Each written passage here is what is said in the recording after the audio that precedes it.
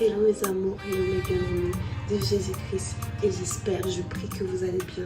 Devinez où je suis en Inde en ce moment et c'est pour ça que j'avais pas fait la vidéo de la semaine passée, donc je voulais vraiment m'excuser.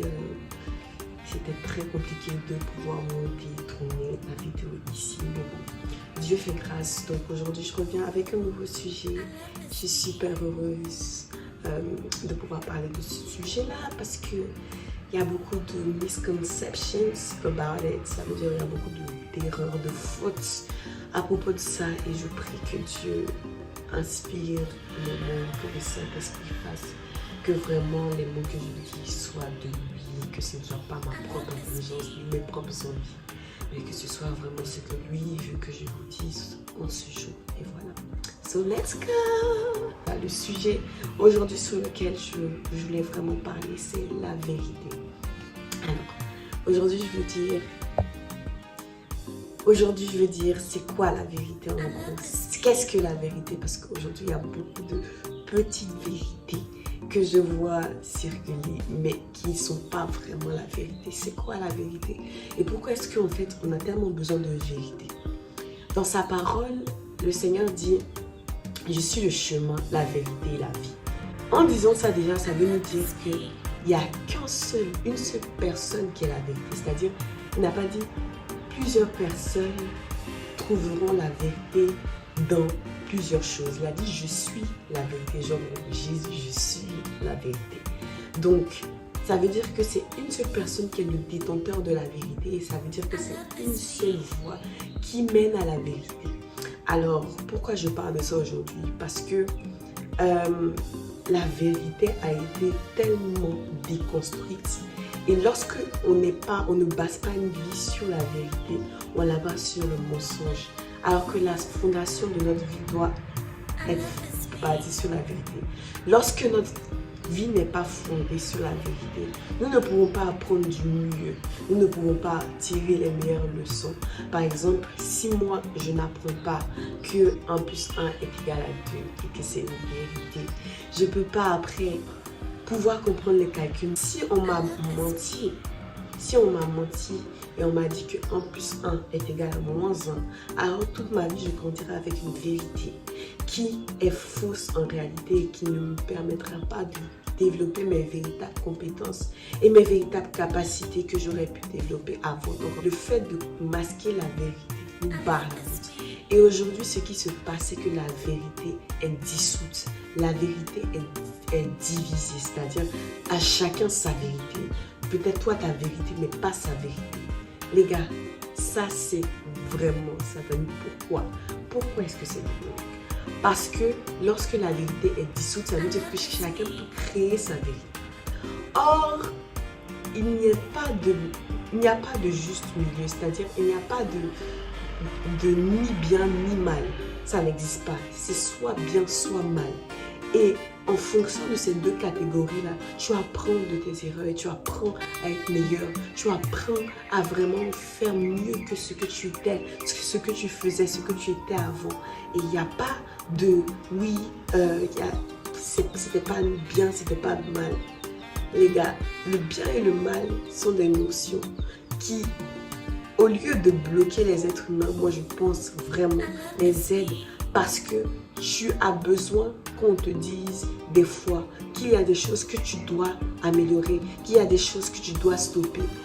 Moi, je sais que je suis très imparfaite, mais je sais aussi que je fais de mon mieux, en tout cas, pour essayer de changer tout ce que je sais qui est mal et qui n'est pas bien. Donc, je ne vais pas essayer de masquer le fait que c'est ma vérité et c'est ce qui est vrai pour moi, afin de ne pas avoir à corriger mes erreurs et afin de ne pas avoir à vraiment en fait m'améliorer moi-même, à vraiment être une personne meilleure. Aujourd'hui, le gouvernement décide des vérités. Il décide c'est quoi la vérité. Il décide, la politique décide c'est quoi la vérité. Parce que une image est transmise aux gens pour qu'ils aient une idée. Pour qu'ils aient une idée arrêtée sur un sujet qui est totalement fausse. Et c'est comme ça que la vérité est manipulée. Mais si nous avons la vérité, si nous avons la réalité des faits, alors dans cette situation-là, tous nos idéaux et toute notre manière de faire, tous nos trucs qui sont dans notre tête, toute notre façon de penser change lorsque seulement la vérité est bien diffusée. Ça veut dire que c'est quelque chose de puissant. Et beaucoup de gens l'ont compris, beaucoup de gens savent que c'est en manipulant la vérité. C'est en mentant, c'est en manipulant les gens, c'est en donnant des fausses informations à la télévision, en donnant des fake news, en donnant des news pour faire le buzz, en donnant des trucs qu'ils vont avoir de l'argent parce que la vérité, ils l'ont créée. La vérité est très précieuse parce que de la vérité sort la confiance des gens. Lorsque tu penses que quelque chose est vrai, tu mets ta confiance dans cette chose et maintenant tu vas pouvoir donner plus facilement, tu vas pouvoir être plus facilement à l'aise. Et c'est pour ça que j'en parle parce que la vérité est quelque chose qui disparaît de nos jours. Et je vais vous dire qu'il y a une vérité qui existe. C'est la vérité qui est dans la parole de Dieu. Alors là, vous me direz, la parole de Dieu, c'est compliqué parce que on ne sait pas trop, il y a des interprétations différentes. Quelle est la vraie? Quelle est la real one? C'est quelque chose qui est difficile. Déjà, sachez que sans avoir une vraie communication avec Dieu lui-même, c'est-à-dire aller en profondeur et prier pour communiquer avec Dieu vous-même, il y a certaines choses qui sont de l'idée commune, qui ne seront jamais la vérité. Donc, comment plancher dans cette situation? C'est ce que la voix de Dieu va vous dire à vous. Et ça, c'est ce qui est très personnel. Maintenant, il y a des idées totalement qui ne sont pas discutables. C'est-à-dire les choses qui sont écrites noir sur blanc dans la parole de Dieu. Les choses qui sont en mode, non, non, non, non, si vous faites ça, vous n'entrerez pas dans le royaume des cieux. C'est un péché. C'est clairement un péché. Et en vrai, la vérité, c'est tout ce que Dieu dit qui est vrai. C'est-à-dire, vous pouvez penser que quelque chose est vrai.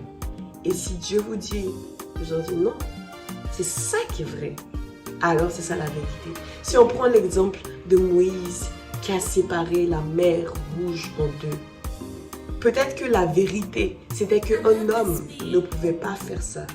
La vérité, c'était qu'un être humain ne pouvait pas séparer une mer en deux. La vérité, c'était que c'était presque impossible que tout un peuple se sépare de Pharaon dans le pays d'Égypte. Parce que quand tu étais esclave, pour t'en sortir, c'était compliqué. C'était compliqué, tu étais sous la captivité, tu ne peux pas sortir comme ça. Tu ne peux pas t'enfuir comme ça. Donc la vérité, c'était que c'était impossible même pour le peuple d'Israël de sortir du pays d'Égypte. C'était ça la vérité. Mais Dieu a dit, c'est pas ça la vérité. Donc là, les Israélites, le peuple qui voulait sortir du pays de Pharaon, ils étaient en mode, what the fuck, like, no. Ils étaient en mode, non. Ils étaient en mode, c'est pas possible. Mais Dieu a dit, c'est ça la vérité. La vérité, c'est que vous allez sortir du pays d'Égypte. Ça veut dire que la vérité est donnée juste par Dieu et par la parole de Dieu. Pas parce que les gens nous disent, pas parce que les personnes nous font croire, mais par la parole de Dieu. C'est pour ça qu'on a toujours besoin de sa parole. Parce qu'il y a certaines personnes qui vont même vous convaincre, qui vont même vous donner une image qui a l'air tellement vraie, qui vont même vous aller jusqu'à votre personnalité, votre caractère le plus profond parce qu'ils vous connaissent. Manipuler cette vérité, manipuler ce en quoi ils savent que vous pouvez croire pour que vous puissiez être maintenant à leur merci, pour que vous puissiez faire ce que eux ils ont envie de faire. Et c'est super important de comprendre que la vérité, non, il n'y a pas chacun sa vérité dans la vie. Il y a une vérité qui existe, c'est celle de Jésus-Christ de Nazareth. C'est celle-là seule qui existe. Aujourd'hui, même si les cours et les tribunaux peuvent juger de quelque chose qui est bon, on va dire. Aujourd'hui, on sait que l'avortement, c'est permis dans plusieurs pays. On sait que, si je prends l'exemple de l'avortement, on sait que c'est permis dans plusieurs pays. On sait que l'avortement, c'est quelque chose qui est légalisé. Plusieurs juges vont donner oui, qui vont dire que c'est bien. Moi, je vais vous dire la vérité. Je ne suis pas là pour plaire à qui que ce soit. Je ne suis pas là pour essayer de convaincre. Je suis là pour dire ce que Dieu... En tout cas, je tente tant bien que mal de dire ce que Dieu m'a envoyé de dire. Et la vérité, c'est que l'avortement est un meurtre. Voilà, moi, je ne serai jamais d'accord avec ça si on prend cet exemple. Et je veux vous dire que si on prend l'exemple de l'avortement, plusieurs personnes vont dire « Oui, mais l'avortement, c'est parce que la fille n'a pas choisi de tomber enceinte. » Mais la vérité, c'est que la fille savait et le garçon savait qu'il y avait la possibilité de tomber enceinte. Il y avait la possibilité. Vous le saviez. Et aujourd'hui, personne ne sait pas que si tu vas avoir des rapports sexuels, tu as une possibilité. Le risque n'est jamais à 0% que tu tombes enceinte. Donc la vérité, c'est que tu le savais. Et si le juge décide quand même de te donner une sentence, on va dire, agréable, positive pour toi, ça ne veut pas dire pour autant que tu es sur la vérité, ça ne veut pas dire pour autant que ce jugement est la vérité. C'est peut-être le jugement du juge, mais ce n'est pas le jugement de Dieu. Et ça veut dire que tu n'es pas dans la vérité. Ça veut dire que tu n'as pas bien fait en avortant cet enfant parce que tu ne sais pas le plan que Dieu avait pour lui. Et la vérité, c'est que la parole de Dieu dit que c'est un meurtre, c'est un meurtre. En tant que chrétien, la vérité aussi, c'est que beaucoup de doctrines essaient de manipuler la parole pour correspondre en fait, aux gens et aux idées développées dans ce siècle-là pour ne pas se sentir exclus, c'est-à-dire pour correspondre en même temps au monde et pour correspondre en même temps à Dieu. Moi, que les gens soient d'accord avec moi, que les gens me regardent bien, que les gens ne me regardent pas. Moi, je ne suis pas là pour ça. Vraiment, je vais vous dire, ça ne changera rien à ce que j'ai à dire. Parce que je pense que la foi n'est pas basée sur la vie des gens, mais la foi est basée sur ce que Dieu, tu es. Et Dieu te dit de faire aussi.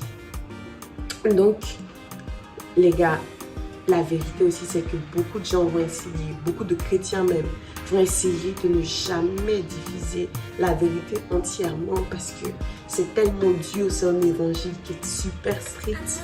Certaines fois, il y a des parties de l'évangile qui sont assez claires et radicales et donc elles vont essayer de ne jamais diviser cette vérité-là, de ne jamais dire la vérité tout entière. Et ça, ce n'est pas non plus de la vérité. Si au lieu de dire « Ah non, il ne faut pas fumer » et que je dis juste « Ah non, mais tu dois pas trop fumer tous les jours et voilà. Si tu fumes pas tous les jours, ça va encore parce que ça veut dire que tu ne pollues pas trop le corps de Dieu. Ça veut dire que tu te gères quand même. Il y a certaines personnes qui disent ça et qui disent que bon, aujourd'hui la cigarette ou bien la drogue peut être utilisée avec modération. Pourquoi? Parce que ça ne soude pas encore le temple de Dieu, parce que ça ne joue pas tellement et ça fait juste ça permet juste aux gens de s'évader. Je vous assure, j'ai vu des trucs sur internet et ils utilisent des versets en mode tout m'est permis, qui était écrit dans la parole de Dieu. La suite du verset, c'est aussi tout ne m'est pas utile. Donc voilà. Et certaines personnes vont utiliser ces versets-là pour pouvoir justifier voilà, des comportements,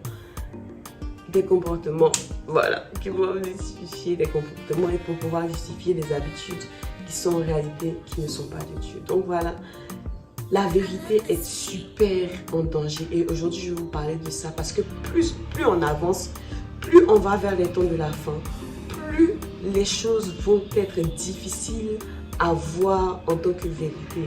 Il y aura le mensonge partout et rien ne sera clair, rien ne sera obviously true. Et la vérité sera la denrée la plus rare qui existe parce que de la vérité part la véritable vie en fait. De la vérité, tu construis ta vie, de la vérité, tu construis ton identité aussi. De la vérité, tu construis tout. De la vérité, tu construis tout.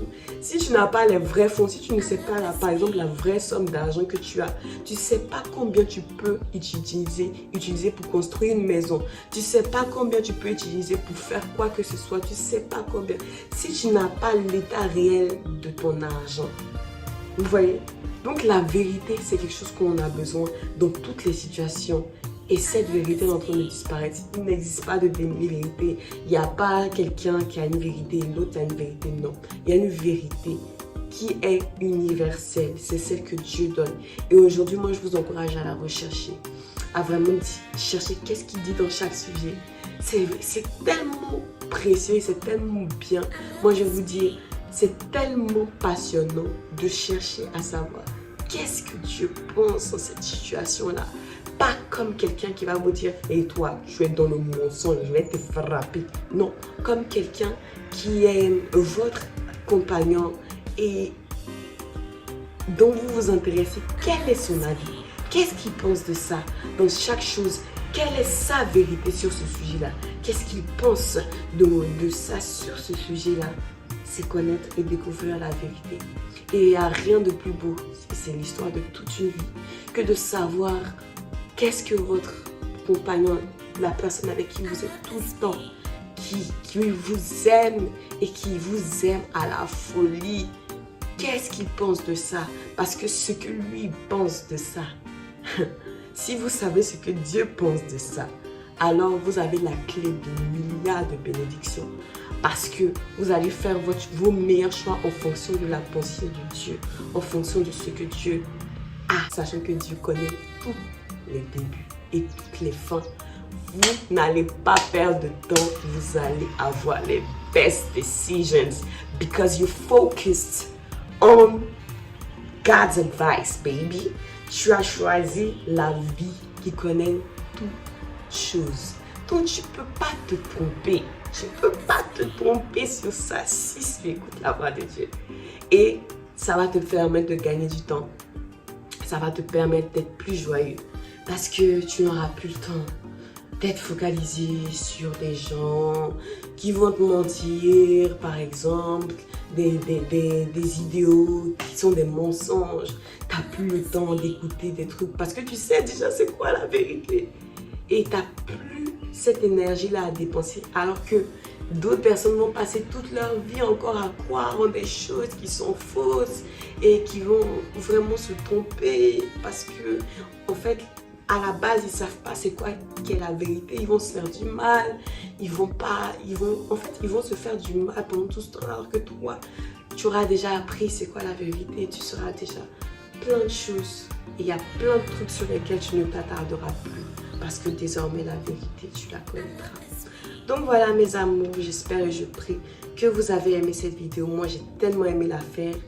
Dites-moi en commentaire ce que vous pensez, vous, de la vérité. Est-ce que vous pensez qu'il existe plusieurs vérités? Est-ce que vous pensez que la vérité est collective? En tout cas, dites-moi ce que vous en pensez. Moi, je prie que vraiment, comme la parole de Dieu a dit, comme la parole de Dieu a dit, je souhaite que tous parviennent à la vérité. Que tout le monde aujourd'hui soit entouré de l'amour de Dieu. Comme il a dit, je t'aime d'un amour éternel. C'est pourquoi je te concerne ma bonté. N'oubliez jamais, si vous n'avez personne, si personne est à côté de vous, si personne ne vous comprend, si personne ne vous aime, Jésus vous aime. Et c'est assez. Bisous mes amours. Je vous fais de gros bisous. Bye bye.